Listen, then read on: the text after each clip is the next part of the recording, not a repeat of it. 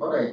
In today's presentation, we're going to look at introduction to human resource management. Before we go further, Jacob has left us. So, William, what do you know about human resource management in your own understanding?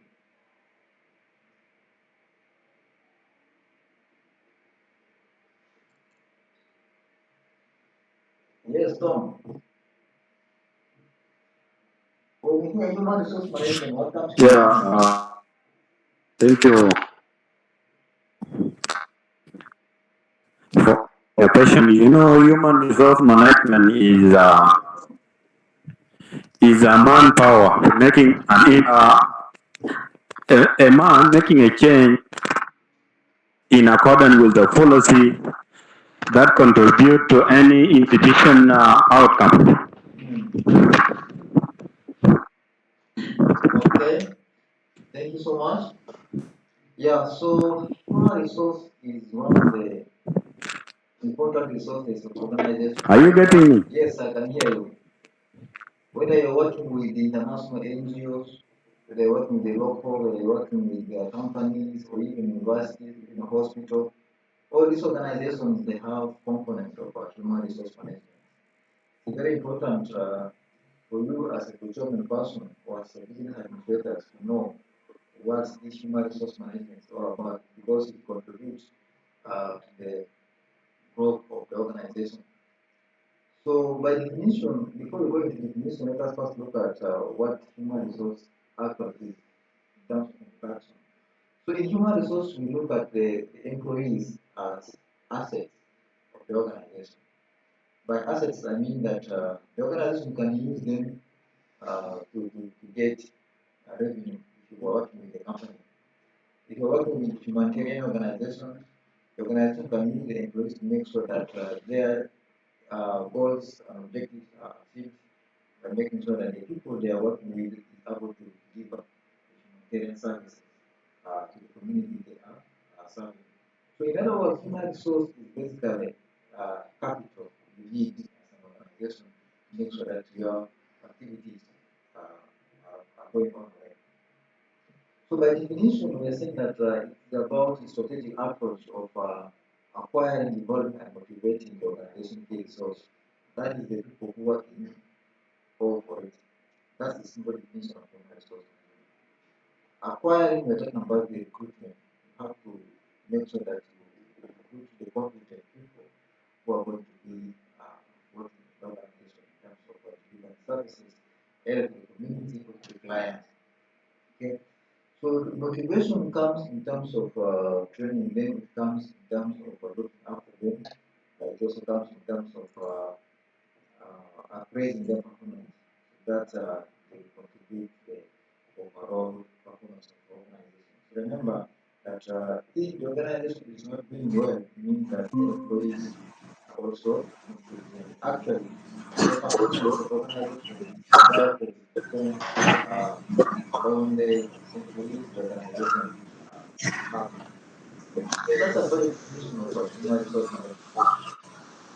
If we look at definition, we're now going to look at the scope of human resource management, or what we call the dimensions of human resource management.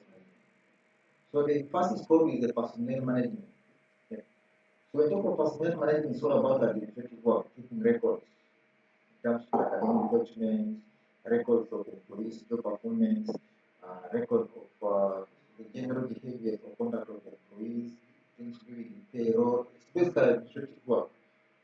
So there's no way you can have a human resource department in an organization then the elements of personnel management is not there. So that is scope number one of human resource management. Then the next scope is employee welfare. The employee welfare comes in terms of having a work-life balance. You don't need to give too much work to employees Monday to Monday. That is not welfare. Make sure that the public holidays, the weekends are observed. If you do that, you are improving on the employee welfare. Some organizations they actually include lunch for their employees. They don't go for lunch. You have breakfast at workplace. You have water. These simple things are what we call the welfare of the employee. So in human resource management, they think about the welfare of their workers. Okay? The next one is not the industrial relations. We talk about industrial relations, we're talking about the relationship between the employees and the organization they're working for. For example, where we work right now, we need to have a good relationship. Okay? It is in terms of not having strikes or reducing strikes, in terms of making sure that the salaries of employees are paid on time, the work environment is conducive, not harsh, everyone is satisfied with the job they're doing. That's what we call industrial relations. Otherwise, all these things, if they are not in place, uh, the relationship between the organization and the employees will not be good. And what happens is that some employees will even take the organization to court. Okay? So these are the three scopes of human resources we're talking about. You can call them scope, you can call them dimensions of human resource management. So no one can be talking about human resource management without talking about the personnel management, without talking about the employee welfare and also the industrial relation. So as a human resource manager, as administrators of municipal organizations, you need to make sure that these three aspects are very important. If you neglect one, then you're going to be in trouble. The employees will take it forward and you're going to face it there. So having looked at that scope, now let us look at the nature of human resource management. Number one is that it exists in all organizations, depending on the size. The hospitals, they have human resource department. The companies, they have human resource department. The NGOs, whether local or international, they all have human resource department. Even universities, okay? Even in church, you have elements of human resource, though not formal, but at least they practice elements of human resource. That's the nature of human resource management. It exists in almost all organizations. Another one is the people-oriented. So when you talk about people-oriented, we're meaning that the human resource basically deals with employees. If you go to the human resource office, you don't find any other thing apart from information related to the workers. It could be the contract, it could be the payroll, it could be academic documents and other relevant information which is related to employees. That's why we're saying that the human resource is people oriented. They only handle things to do with the people, not finances, not assets. The next nature is the action oriented. So when we talk of action, we mean if we talk about recruitment, that is action. You have to advertise. So place the candidate and do the interview. Okay? Training, it is practical. You take the staff or the employees to conduct training. That's what we mean by action oriented. People come to work and they do their jobs. They don't come and sit. So that's the nature of human resource.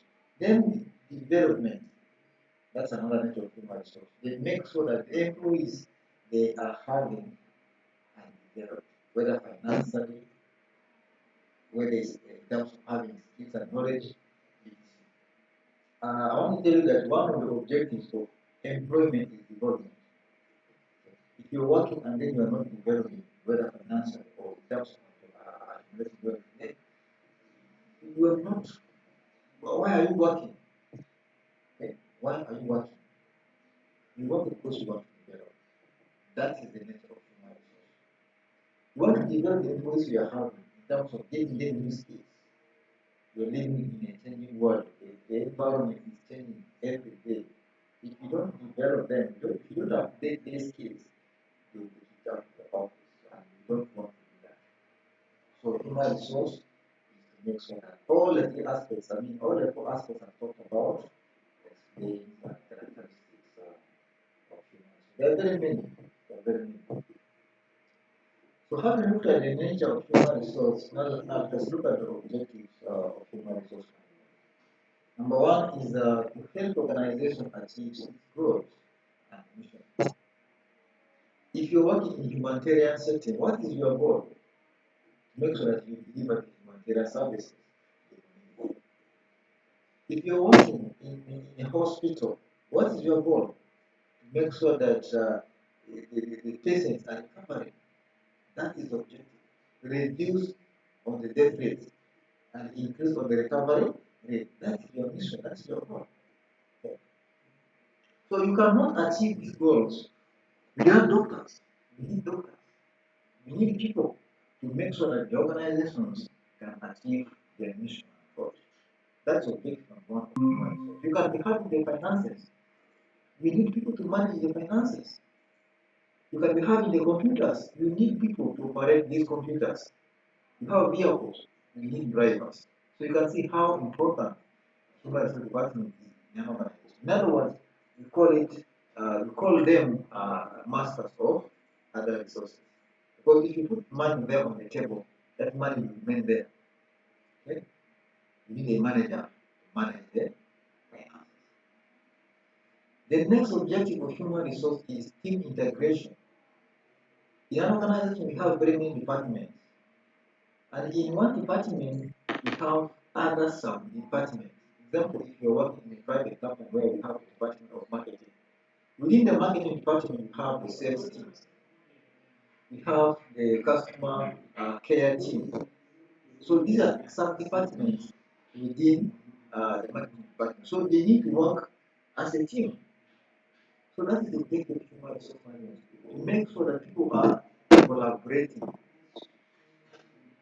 The next one is to retain employees. Retention means working for organization for a very long period of time. You don't think about leaving the company, you don't think about resigning. So we don't recruit people because we expect them to give us after just 1 year or 6 months. No.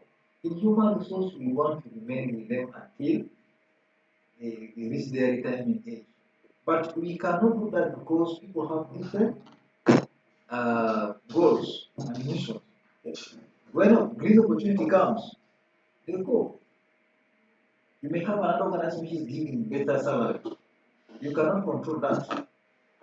You cannot tell someone, please don't go unless you increase his or her salary. So people go out of organization because they want a better opportunity, which can give them at least some good money. That's what they do. But otherwise, as an organization or as a human resource department, our goal is to make sure that whoever we have recruited should not leave us. But the circumstances are beyond us, that's why they are leaving. But you need to do whatever it takes within your powers as a human resource manager to make sure that you retain the employees. Because too much turnover is expensive in terms of recruitment. You have to replace the person who has left. And recruiting someone new, you're taking risks. You don't know the competence of the person you're going to recruit. Okay? That's why they often say that the devil you know is better than the angel you don't know. Okay? The next one is to train and develop employees. We just talked about that in our definition or introduction. When we do recruitment, we make sure that we train the employees we have recruited because the skills they have obtained from universities are not enough. They go to the field, they find totally different things. So what happens is, of course, we need to bridge that gap by making sure that we train them to do their job. So these are some of the objectives of human resource management. Now, having looked at objectives, now let us focus on the functions of human resource. These functions are categorized into three. We have the managerial function, we have the operative function, and then we have the advisory function. But we're going to first focus on the managerial function. So under managerial function, we're talking about the HRM or the human resource planning. The human resource planning is basically to ensure that the organization has the right number of competent workers who are committed to doing their job. If you don't feel Yes, well, sorry for interruption, sir. okay? Yes, The please. screen is not changing. This thing is not changing. The screen is not changing. It is only introduction. Yes. Okay. Let me see where the problem is. But on my side, I'm okay. Okay, let me first stop it, then I reset.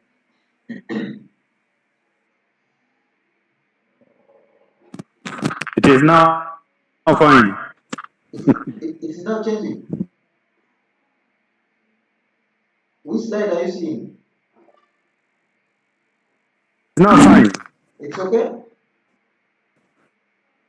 Yeah, I'm seeing function of human resource management. Yes, yes. This is where we are now, function of human resource management. All right.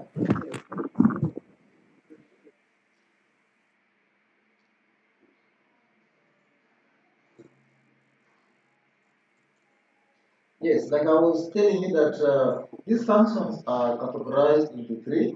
You have the managerial function, you have the operative function, and then the advisory function. But let us first look at the managerial function of human resource. Number one is human resource planning. And I was telling you that the human resource planning helps the organization to know the exact number of employees to do a certain task. Because if you don't have the exact number, you may drain the few human resources now.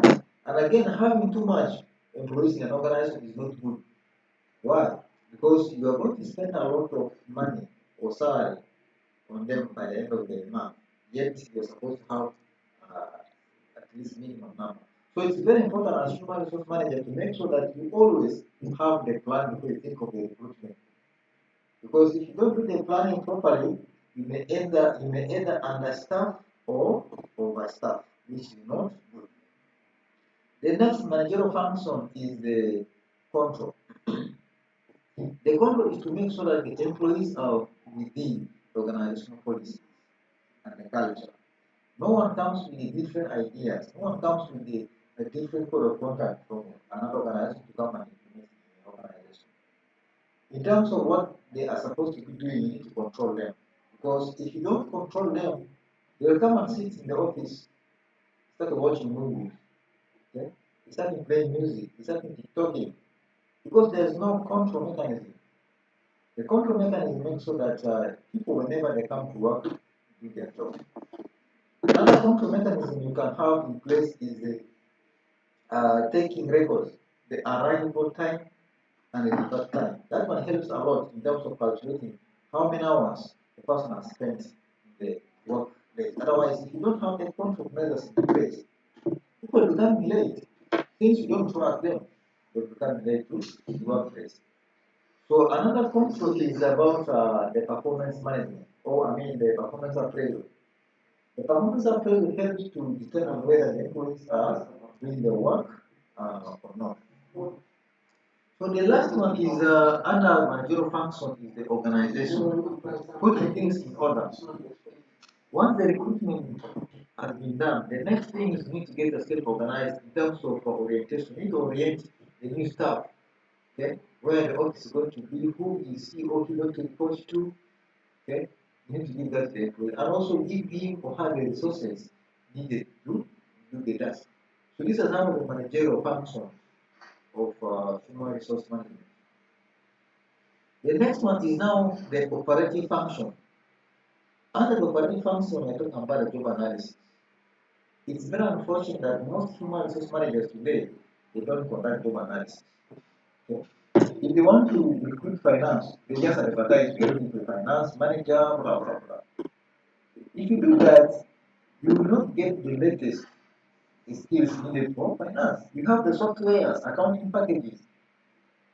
So if you don't do job analysis, you will not be knowing the latest technologies people are using in finance. So job analysis helps you to make sure that such kind of technologies are identified, then you advertise and get someone who is having skills for operating such a technology.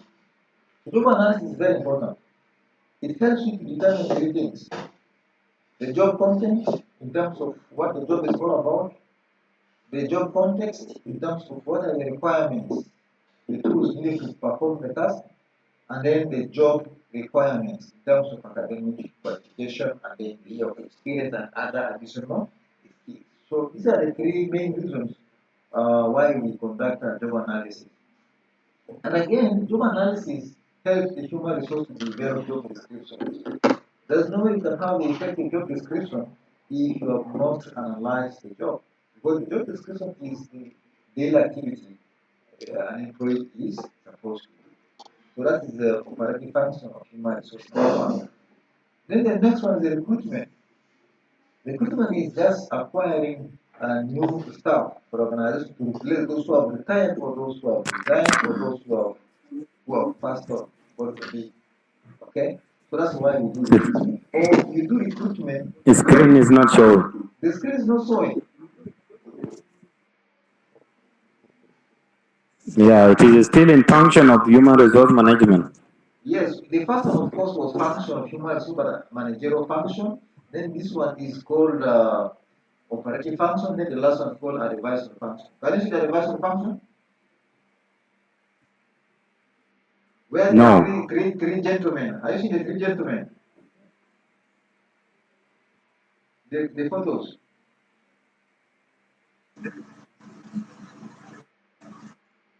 You're not seeing. Yes, I'm seeing the screen. No. Seeing the photos, but it's not changing. I'm You're seeing, seeing. but it's not changing. It's not changing. Okay. Yes. I don't know why it's not changing yet. For me, it's changing. Okay, let me. Yeah, this is well. Yes. To me, this Advisory Yes, now function. you're seeing another function. Okay, the problem is I was using a slideshow. Okay, maybe I need to stop using slideshow. Okay, I was using a slideshow.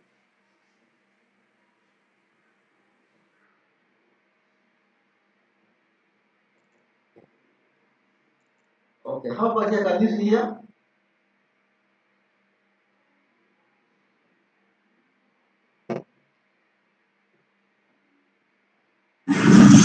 Can you see?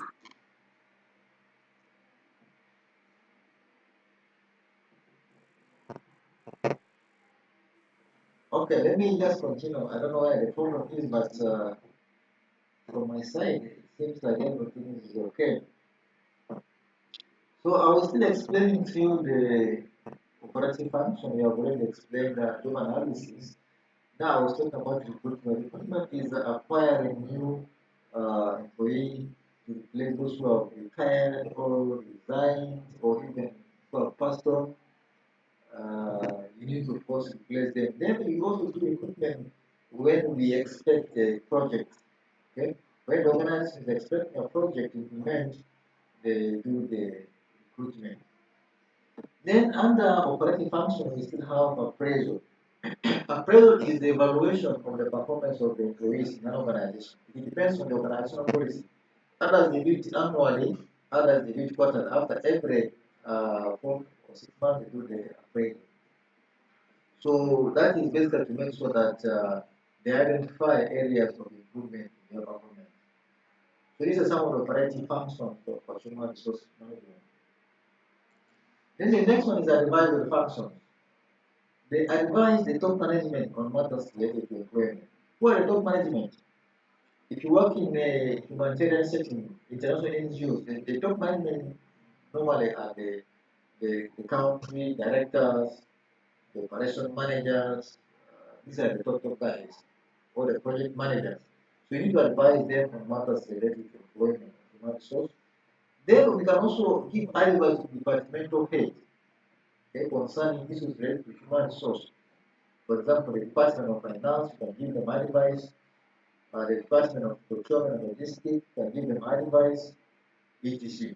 So these are some of the advisory functions of human resources. Basically, advise the department on what needs to be done in terms of human resource. Then let us look at the importance of human resource management. Number one is managing employee in work context. So when you talk about managing employee, you don't need to go and manage someone from his or her home. That's not human resource management. That management I'm talking about is within the organizational context. Basically, when the person is outside the organizational context, it's out of your management. Don't temper. You're encroaching on someone's privacy. It's not good. The next important is improve the organizational performance. The performance of the organization depends on the performance of its employees. If the workers are doing well, it means that the organization is also doing well. The next one is monitoring the state of the job market to help organizations stay competitive. What do I mean by staying competitive? You look around the same organization, how much are they paying their employees? That one is very important. Then you come and design a salary scale which is almost similar to theirs or even much better than your competitors. That helps to make sure that you retain the employees because one of the factors people leave organization is looking for better pay. Okay? There's no way someone can leave the organization and go to get payment which is lower than what he or she was earning for. That will never happen unless maybe the working environment is not favoring him. That's when the person can take such a pay cut. But otherwise, in normal circumstances, no one leaves the job and go where he or she is paid less. Then ensuring good relations between the existing and the potential employees. The existing employees are the people who are currently working in the organization. Then the potential one are people who are looking for a job. The moment they see that your company is advertising, they'll pick interest in applying. There's some organizations when they advertise the position, people are reluctant to apply. Why? Because of the terms or conditions in that organization, the way the top management are managing the affairs of the employees in that organization. It discourages potential workers from applying work in the organization. So these are some of the importance of managing human resource in an organization. So let us now look at the challenges in human resource. Number one is the workforce diversity. So in an organization, you may find people with different backgrounds from different regions, different states. They come to work in one place. That one has huge influence in the organization in terms of communication, in terms of the behaviors. So if you are the human resource manager, you need to make sure that you have very good mechanism of managing such diversification at workplace. Still within the classification, you can talk about the balancing of the female workers versus the male workers. Okay. You need to make sure that you have female workers. You don't have working environment which is full of men. So that will not help a lot. Then we have regulatory changes. Those are affect the human resource management. The government policies. Okay? For example, if the government has introduced what they call minimum wage, I don't know if you understand what minimum wage is. Minimum wage is a policy set by government, for example, to say that no one in South Sudan should earn less than 100,000 SSP. That's the minimum wage. So as an organization, it has an impact on you. If you're a small organization which could not afford 100,000 SSP for over maybe 50 employees, it's going to affect you. It means that you're going to do downsizing. So these are some of the challenges caused by the regulatory changes. Then you also have economic fluctuation, the crisis in the economy. As we speak now, the economy of this country is not doing well. That one is having huge impact on the human resource in an organization in terms of meeting the expectation of the employees. The cost of living is rising, the money is not there, and you have a lot of workers, very many employees. What do you do?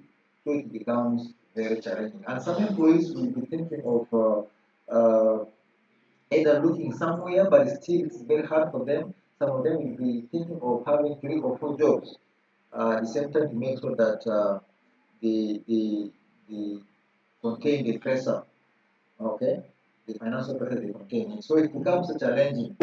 Then we also have globalization. This is in terms of international operation.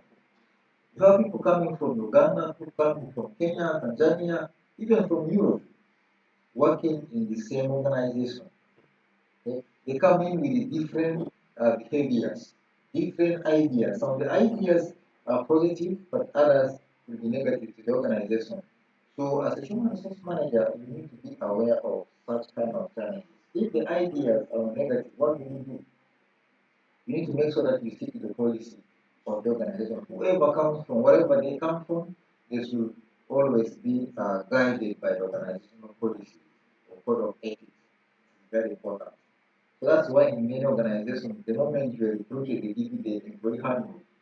The employee handbook is like a constitution, the do's and the don'ts of the organization. So that when they go home, their free time, they read it and understand what is that book. It helps a lot in terms of guiding their conduct in the organization. So with that, we'll come to the end of this presentation, unless you have a question or any other addition to make. So the floor is open.